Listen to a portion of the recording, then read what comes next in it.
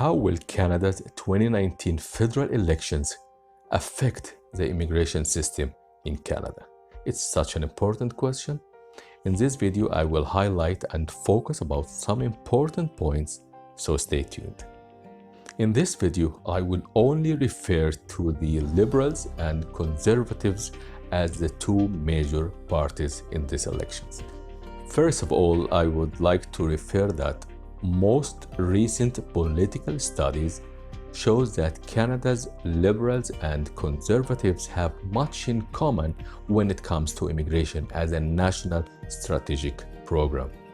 In general, it's reasonable and logical to expect that the major components and the structure of the immigration system will remain stable. No major changes will take place no matter who wins the elections. While in this video, I will refer to some minor changes which may take place not in the major policies, but in the provisions of the policies. One, I will talk about the composition of Canada's newcomers. Under the previous Conservative government, they used to make a selection of about 63% of the newcomers coming under the economic class, 27% under the family class, and 10% under the refugee class and humanitarian issues. When the Liberals came to power, they changed the composition of the newcomers.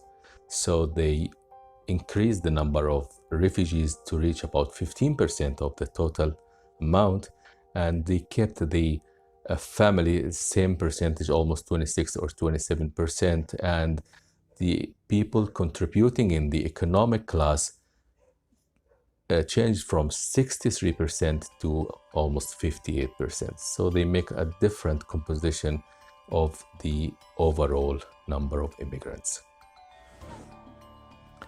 Number two, I will talk about a settlement budget. Over the last 2 decades, both parties have overseen a massive increase to Canada's settlement budget. The funding goes towards services to help newcomers integrate in the Canadian economy, like teaching them English and French, and also the employment services. For example, last year, Canada spent almost 1.5 billion Canadian dollars on settlement funding, which is expected to be increased in the coming few years. Number three, I will talk about the citizenship policy as it happened. Number three, I will talk about the citizenship policy as it happened before. Some changes may take place, like for example, it was 4 years out of 6 and now changed to 3 years out of 5, maybe come back to 4 out of 6. Nobody can exactly say what will happen, but this can happen again as it happened before. Number four, I will talk about dealing with asylum claims. Since the elections of the US President Donald Trump in 2017, over 50,000 people crossed the borders from the US to Canada from an illegal and unofficial port of entries to claim asylum in Canada. This makes a big trouble to the Canadian authorities and the immigration of Canada.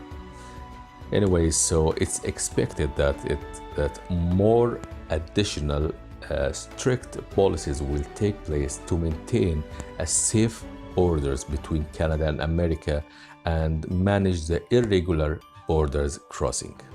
Number five, I will talk about the Express Entry program. In 2016, the Liberals gave points boost to Express Entry Canadian who has studied in Canada, while significantly reducing the candidates who already have a job offer. Again, in summer 2017, they started giving additional points to candidates who have siblings in Canada. We're also cutting from the points from people having job offers or provincial nominees. As a recent Express Entry report revealed that in the year 2018, more invited candidates got bonus points for having siblings in Canada rather than having job offers. While Conservatives like to invite large share of candidates with immediate employment prospects or candidates with job offers, focusing on the immediate need of the labor market and the need of businesses in Canada. And also they are trying to minimize the pressure on the social services in Canada, like the welfare for non-employed newcomers.